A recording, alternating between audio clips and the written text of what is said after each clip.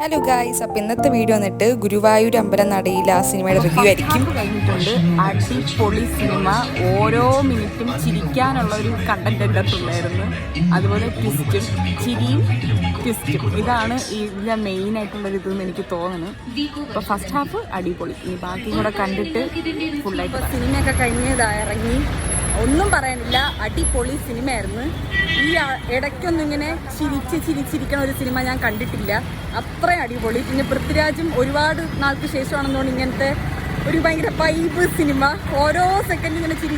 പിന്നെ ബേസിൽ പിന്നെ പറയേണ്ട ആവശ്യമില്ലല്ലോ. അടിപൊളി. എല്ലാം കൂടെ ഒരു അടിപൊളി. അവസാനമൊക്കെ ഒരു നൊസ്റ്റ ഫീൽ അടിക്കണ കുറച്ച് സീനുണ്ട്. അതൊന്നും ഞാൻ ഡീറ്റെയിൽ ആയിട്ടൊന്നും പറയണില്ല. നിങ്ങൾ കണ്ട് മനസ്സിലാക്കുക, അല്ലെങ്കിൽ കണ്ടറിഞ്ഞോ. അടിപൊളിയായിരുന്നു. ഇതൊരു മസ്റ്റ് വാച്ച് ഫിലിമാണ്.